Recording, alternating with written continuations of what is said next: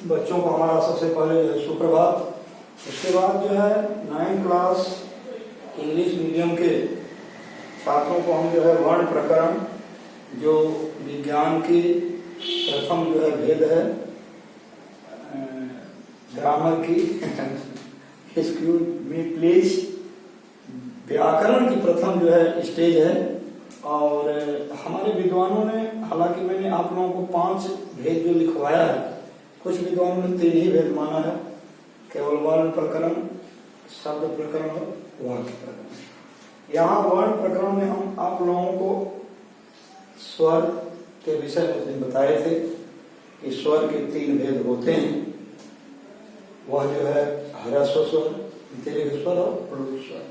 प्लुत स्वर के अंतर्गत मैंने बताया था कि वैसा वर्ण जिसके उच्चारण करने में 3 मात्रा का समय लगता है, यानी ह्रस्व के बनिस्पत 3 गुना समय जो है उसमें लगता है, 3 गुना समय उसमें लगता है।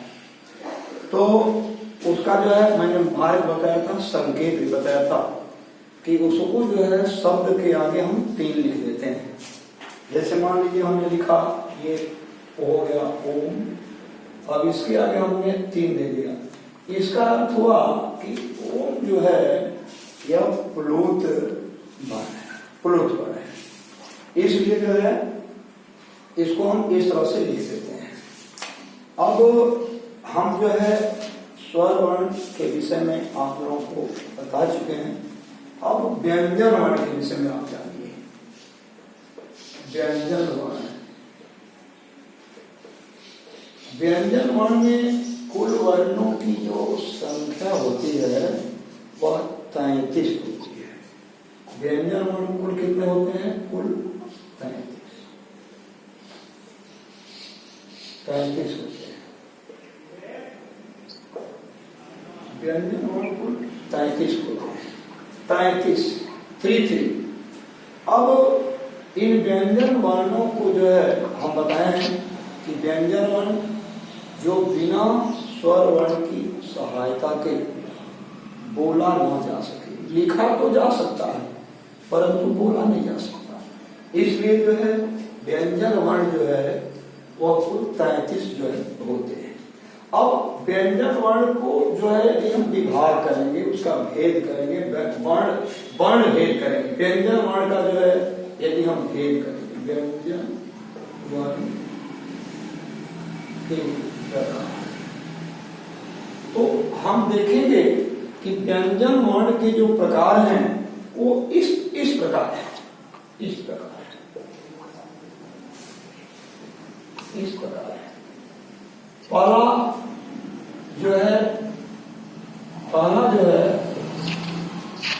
इस प्रकार है। पहला जो है आपको है स्पर्श व्यंजन वर्ण, स्पर्श व्यंजन वर्ण। अब देखिए स्पर्श व्यंजन वर्ण, इसमें जो है क से लेकर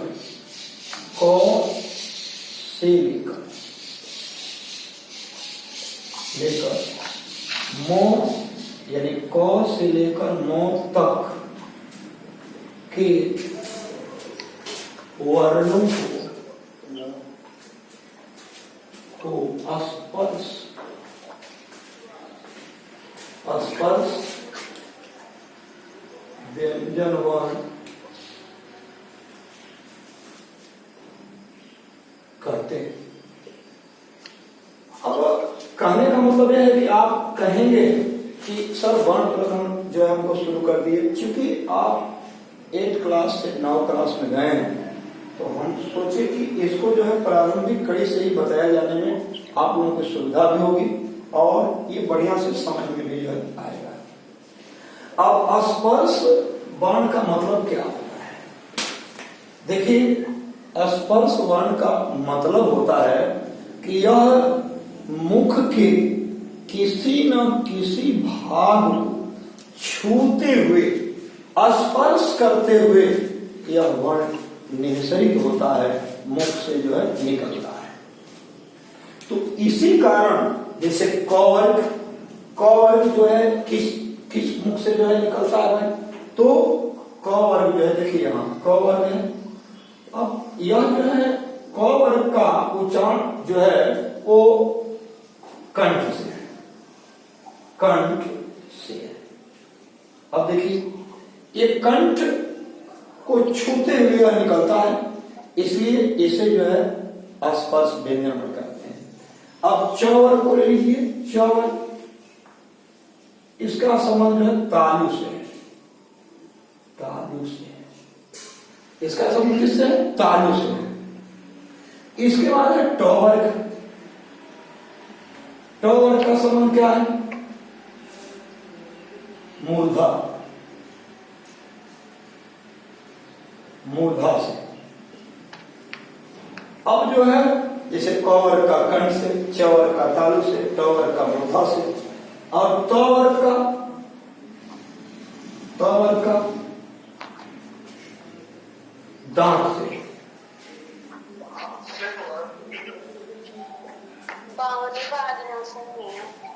हाँ बोलिए।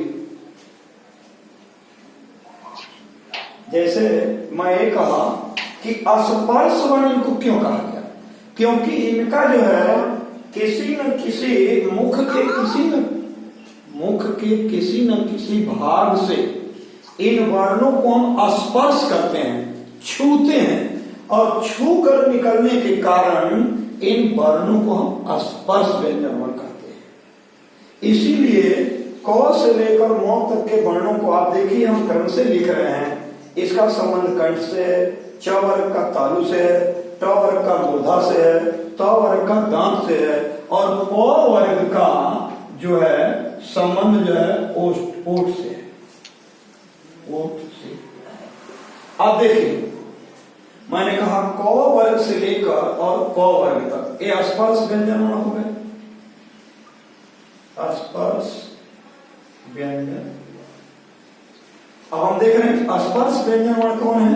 क वर्ग, च वर्ग, ट वर्ग, त वर्ग, प वर्ग, यानी 5 × 5 = 25। इसके अंतर्गत जो है 25 वर्ण आते हैं, 25 वर्ण आते हैं जो स्पर्श व्यंजन वर्ण के अंतर्गत लिखे जाते हैं। हालांकि आप लोग जानते हैं कि व्यंजन वर्ण का हम उच्चारण बिना स्वर की सहायता के नहीं कर सकते, लिख तो सकते हैं लेकिन कर नहीं सकते, इसीलिए उसको जो है हाफे मात्रा माना गया है। व्यंजन वर्ण जो है, व्यंजन वर्ण जो है वो हाफ मात्रा में होता है, का होता है। तो अब देखिए स्पर्श व्यंजन वर्ण आपको समझ आ गया, क्योंकि इसके लिए अपूर्वसंज्ञानाम कंठ, इचु यसानाम तालु, ऋतु रसानाम मूर्धा और ऋतु रसानाम दंता, उपपद्यमानियानाम ओष्ठौ। इन सूत्रों को यदि आप कंठस्थ कर लें, यदि इसको स्मरण कर लें, तो ये स्पर्श व्यंजन वर्ण या और भी वर्णों के स्वर और व्यंजन दोनों के उच्चारण स्थान को आप भली भांति जान लेंगे। हालांकि पूर्व में मैंने बता दिया है आप लोगों को, इसलिए इसकी आवश्यकता नहीं है, आप पढ़ें उसको देखें, क्योंकि ग्रामर में ऐसा नहीं कि जो लिखवाया गया पढ़वाया गया केवल आपको 8 क्लास तक ही काम आएगा।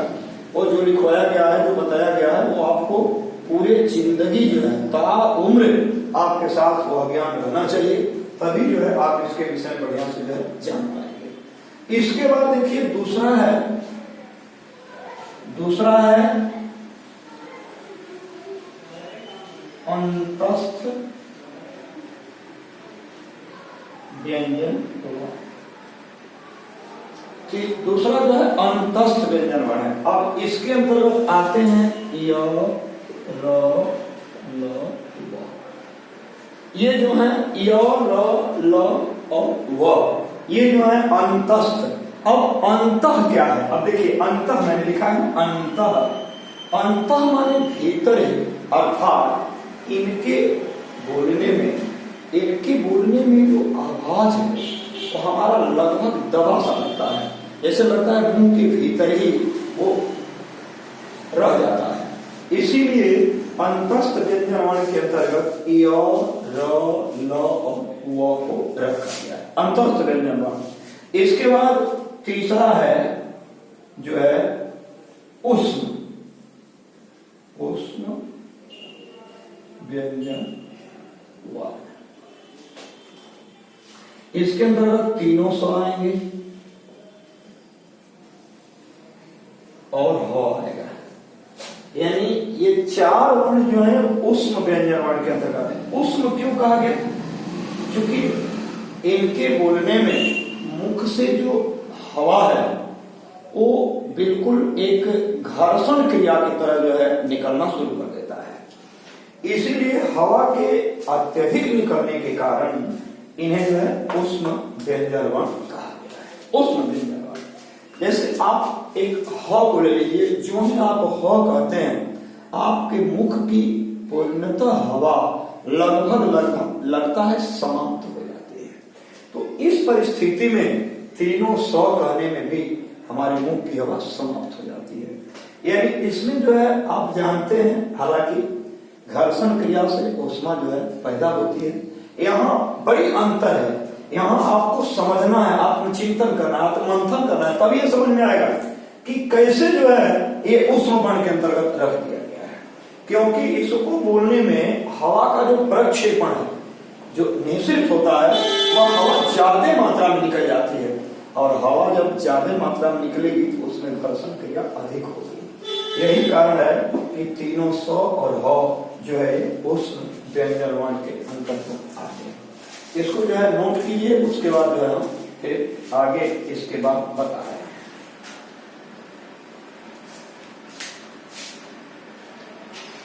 रहे हैं।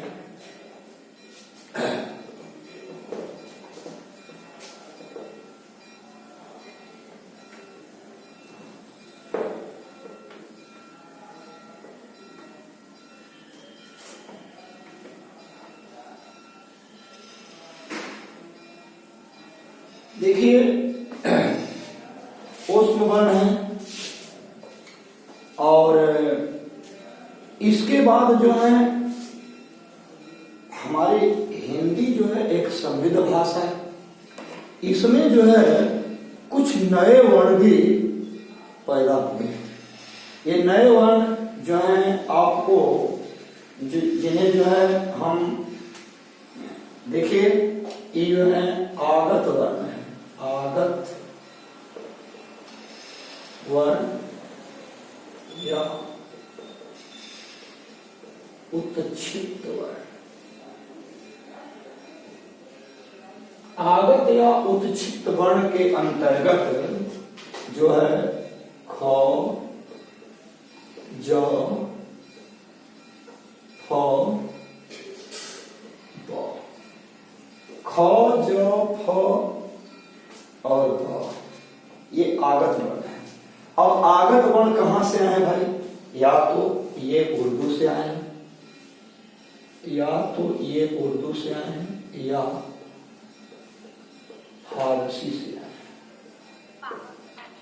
उर्दू से आए हैं या जो है फारसी से आए हैं।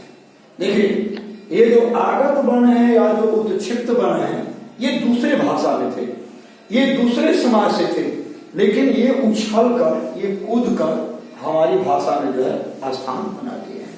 जैसे आप लोग लिखते हैं नजर, यहां जो है आप बिंदी जरूर देते हैं, आप देखे होंगे बिंदी देते हैं, तो यहां जो है ये आगत वर्ण है। दूसरा है अफ्रीका। मान लीजिए कि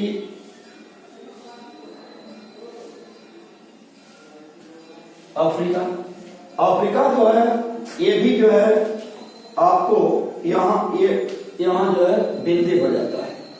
तो इस तरह से जो है नजर, अफ्रीका, ये सभी जो है आगत या उत्क्षिप्त वर्ण के अंतर्गत जो है आते हैं। इसके बाद आप जो है ये चौथा था। उसके बाद पांचवा है द्विगुण, द्विगुण व्यंजन। अब द्विगुण व्यंजन के अंतर्गत कौन कौन वर्ण आते हैं भाई? द्विगुण जिनमें, अब द्विगुण का मतलब होता है दो गुण हो। अब देखिए इसमें जो है अड़ौ को और अढ़ौ को जो है कहा जाता है, अड़ौ और अढ़ौ को जो है द्विगुण व्यंजन जो है कहा जाता है। अब दो गुण कहां से है, अब इसको ध्यान से समझा जाए। पहला, यदि हम ऐसे लिखते हैं तो ये ड हो जाता है, अगर हम केवल ऐसे लिखते हैं तो ध हो जाता है। लेकिन इसमें जो ही हम बिंदी लगा देते हैं तो जो है वह अड़ा हो जाता है। यदि इसके आगे हम बिंदी लगा देते हैं तो अंग हो जाता है। अब देखिए इसमें जो है गुण है, इसी गुण के कारण इसको जो है द्विगुण व्यंजन जो है कहा गया है, द्विगुण व्यंजन। और इसके बाद जो है आप जाने कि जो है इसमें कुछ नए वर्ण का प्रयोग होता है। हिंदी में कुछ नए वर्ण का प्रयोग होता है। हिंदी में नए वर्णों का प्रयोग होता है। नए वर्णों का जो है प्रयोग होता है। हिंदी में नए वर्णों का जो प्रयोग होता है उनकी जो है संख्या लगभग 6 है। अब वो कौन कौन है देखिए, जैसे छ, त्र, ज्ञ, स्र, अड़, मैंने अभी बताया ना इनकी संख्या, यानी कुल संख्या कितनी होगी भाई? कुल संख्या जो है इनकी 6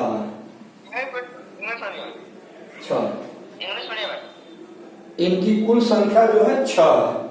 आप देखिए छ, त्र, ज्ञ, स्र, अड़ और अड़, इनकी कुल संख्या नए वर्णों की 6 है। अब जो है हम ये 4 वर्ण जो हैं इनका जो है विखंडन करेंगे। तो देखिए इनका विखंडन आप करेंगे तो क प्लस मूर्धनी स बराबर 6, तो प्लस र बराबर त्र, और ज प्लस इ बराबर ज्ञ, और तलाबी स प्लस र बराबर स्र। अब देखिए ये हिंदी अगर हम इसे संस्कृत में परिणत करना चाहें, बदलना चाहें, देखिए संस्कृत में कैसे होगा।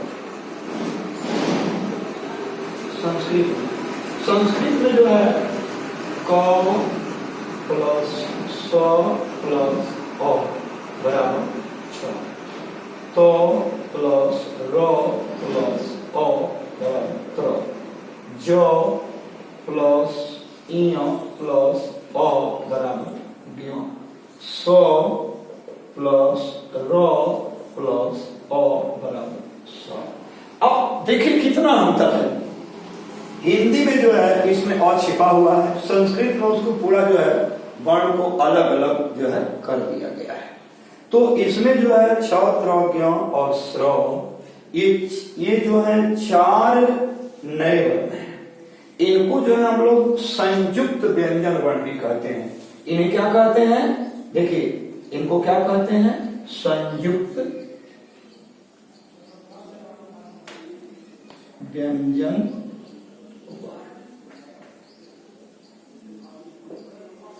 कहते हैं। इनको जो है संयुक्त व्यंजन वर्ण कहते हैं। यानी संयुक्त क्यों कहते हैं? जैसा कि आपने देखा कि इसमें 3 वर्ण, हिंदी में 2 वर्ण मिल करके इन वर्णों का निर्माण हुआ है, इसलिए इन्हें जो है हम लोग संयुक्त व्यंजन वर्ण के अंतर्गत रखते हैं। अब जो है आप लोगों को ये पूरा जो है समझ में आ गया होगा कि व्यंजन वर्ण के अंतर्गत कौन कौन से वर्ण जो है आते हैं और कौन कौन से वर्ण जो है इसमें जो है हम लोग उसका प्रयोग करते हैं। तो फिर जो है इसको नोट किया जाए, उसके बाद फिर आगे हम बढ़ रहे हैं।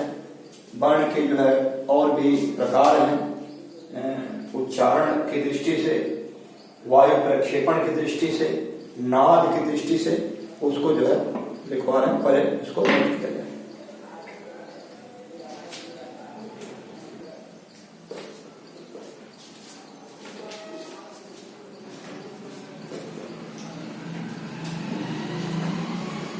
आइए जो है हम बताएं, हवा प्रक्षेपण के आधार पर वर्णित, इसके आधार पर जो है, अब देखिए हवा प्रक्षेपण के आधार पर वर्णित, हवा का अर्थ क्या होता है इसे समझना जरूरी है। संस्कृत में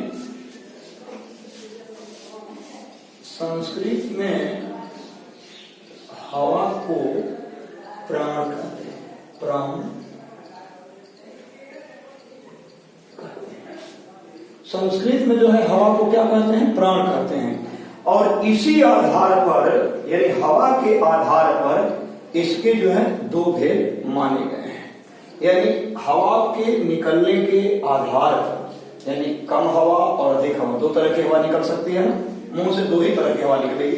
कुछ वर्णों को बोलने में कम हवा निकलेगी और कुछ वर्णों को बोलने में अधिक हवा। इसी आधार पर इसको जो है वर्गीकृत किया गया है, इसको जो है बांटा गया है। तो हवा जो है वो प्राण कहते हैं, और इसके जो भेद हैं जो है वो दो होते हैं। यानी हवा प्रक्षेपण वहां पर वर्ण के भेद कितने होते हैं, दो होते हैं,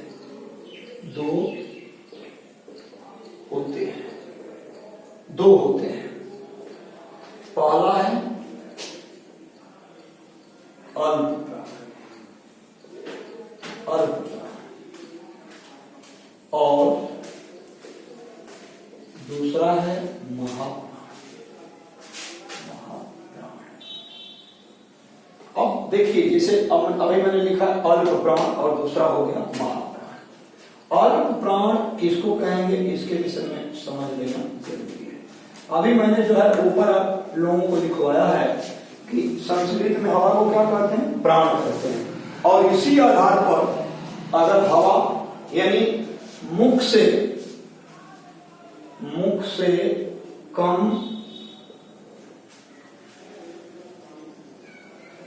निकली वायु से उच्चरित वर्णों को अल्प प्राण,